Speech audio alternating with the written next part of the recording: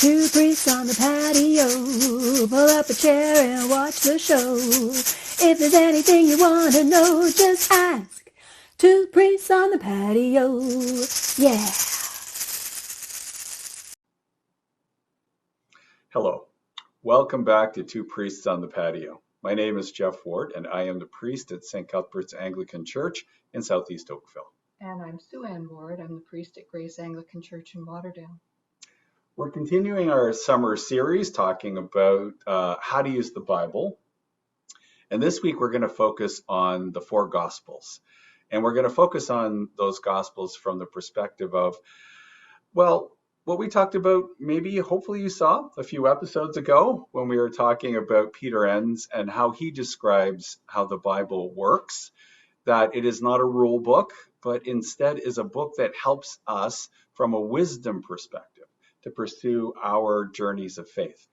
And these four Gospels, which by the way are four out of several others that were written, were chosen for our scriptures so that we would have a diversity of this perspective on Jesus and our faith, but also to give us, I think, particular information and particular aspects of who God is, who Jesus was, and how we are to relate with God and with Jesus. So we've got very different writers writing from very different perspectives.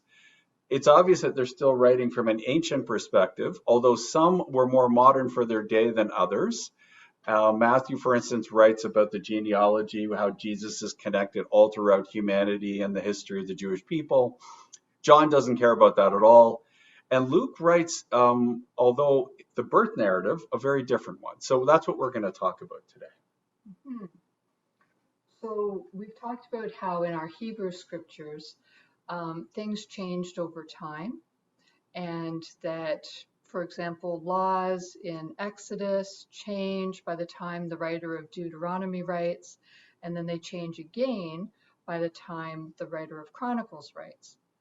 And we see in our New Testament scriptures, in our four Gospels, that because the four Gospels are written by different authors, they have different emphases.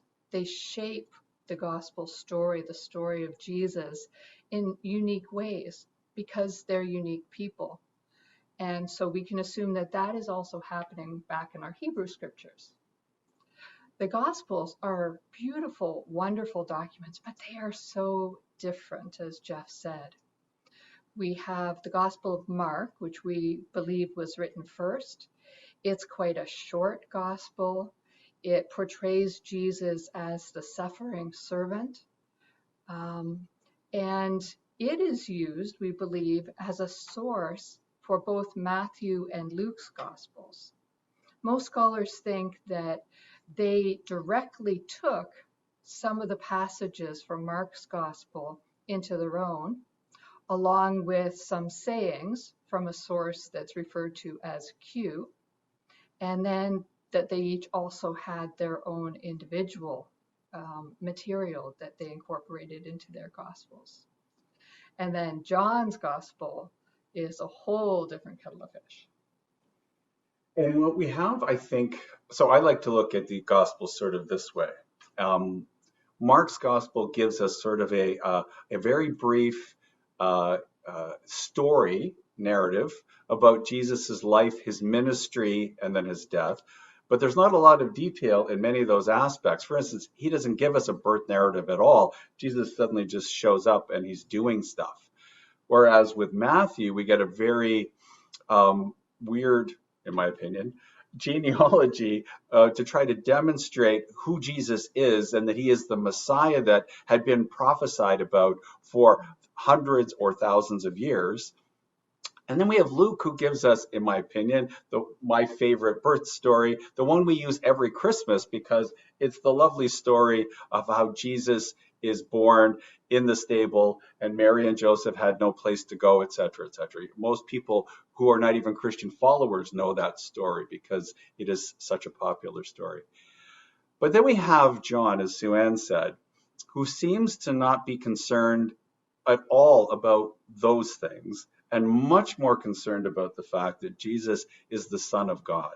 and as the Son of God is relating to humans in a way that is very different, very unique. In Luke's gospel, it seems to be more kind of earthy, where he talks a lot about people who are suffering from very common human ailments and that Jesus helps them with that. Whereas John talks more about Jesus as God from a very mystical perspective. Yes, I agree. And even if you look at the birth stories, so in Matthew and Luke, they have their own version of Jesus' birth. But when we look at John, what we see is actually a creation story as Jesus coming into being. And so it's quite different. You get a passage right at the beginning of John's gospel. We call it the prologue. And it's very, very similar to the creation story from the first chapter of Genesis. We also have very different miracles and different sayings in the Gospel of John. For example, throughout that Gospel, Jesus says, I am, right? I am the vine. I am the shepherd. And we have these sayings that harken back to Yahweh's I am when God was asked, what is your name? And God responded, I am. And it's very important for us to think about the Gospels in this way, that they are not intended to be conflicting with each other. They're intended to complement each other. And if there was only supposed to be one story, we'd have one Gospel. It would be written in such a way that we would know Jesus as Son of God in whatever way it was supposed to be. And it would only be applied in a very particular way. But instead, the people who chose these four Gospels, in my humble opinion, were brilliant in choosing these four ones that were chosen, because they do give us a very different outlook, and we can use them in different ways on our quest of faith. And all kinds of interesting little things that harken back to the Hebrew scriptures in our gospel. So we may not notice at first glance. It's really, really evident in Matthew's gospel, where he quotes from or refers to the Hebrew scriptures more than 60 times. And he really portrays Jesus as the new Moses, and has him doing things like giving the Sermon on the Mount, just as Moses was on Mount Sinai sharing the law with the people. Even that birth story that we've mentioned in Matthew's gospel, it refers back to the enslavement in Egypt that the Israelite people went through. And Jesus ends up being a refugee. They have to escape to Egypt, and eventually they come back safely from Egypt. So there's just all of these little things that have been woven in that make those connections for us. And they choose language very carefully in each of these Gospels.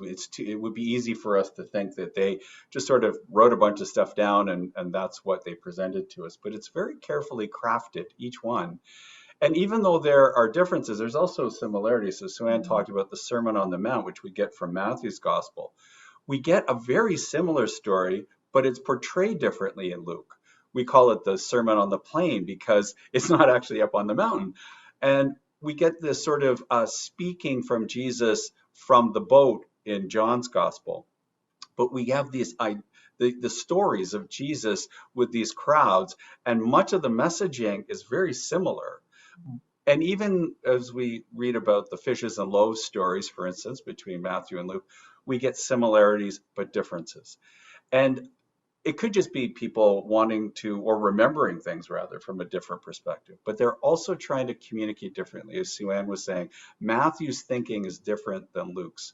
Luke gives us the wonderful story of the prodigal son, which nobody else gives us, for instance.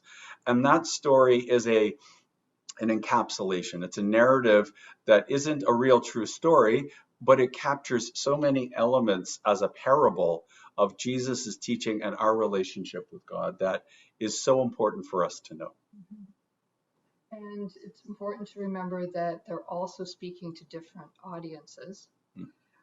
And just as we change how we speak and what we communicate, depending on our audience, so did they. And this is really evident in the diversity amongst the Gospels that we have. And these were written at slightly different time periods, which meant that the context, what was going on for these disciples, was changing as well. So we believe that just like in the Hebrew scriptures, we have different exile periods. We've got the same thing happening with the Gospels. We've got, the time period immediately after Jesus's death and resurrection, and then we've got something that's happening much later when the Jewish people are dealing with a very different reality with the Romans, for instance, by the time we get to John's Gospel. And many people have tried to interpret, different elements of that gospel. For instance, that maybe there's code in that particular gospel because the Christian followers were being persecuted at the time. So there's probably a lot more mystery in the Gospels than we even know, and especially in John's Gospel. But he writes it in such a beautiful way that he's the one that often gets quoted. Yeah.